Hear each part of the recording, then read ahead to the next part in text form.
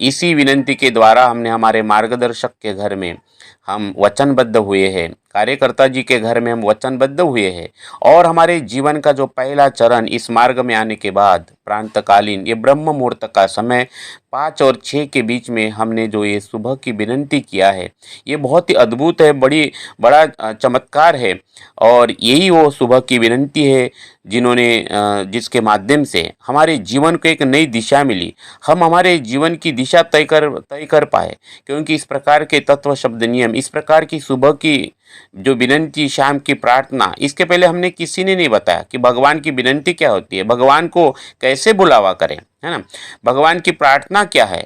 लेकिन महान त्यागी बाबा जुमदेव जी ने इस विनंती के माध्यम से हमें भगवान के साथ कनेक्ट किया, ईमान के साथ कनेक्ट किया, और एक ऐसा जीवन हमें मिला जहाँ शांति है, जहाँ प्रेम है, जहाँ करुणा है, जहाँ सत्य है।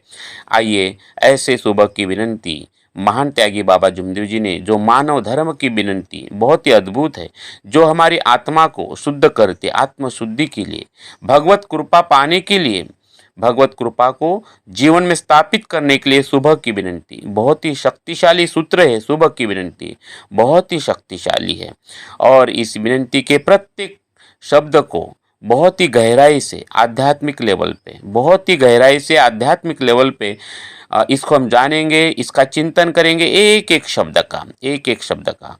ये अद्भुत विनंती जो हर सुबह हम करते हैं, हर सुबह हम करते हैं, जो हमें सत्य के मार्ग पर चलने का संकल्प दिलाती है, ऐसे चमत्कारिक सुबह की विनंती महान त्यागी बाबा जुमदेव जी ने दिया है। तो आइए हम एक एक शब्द के स्पष्टीकरण को देखते हैं।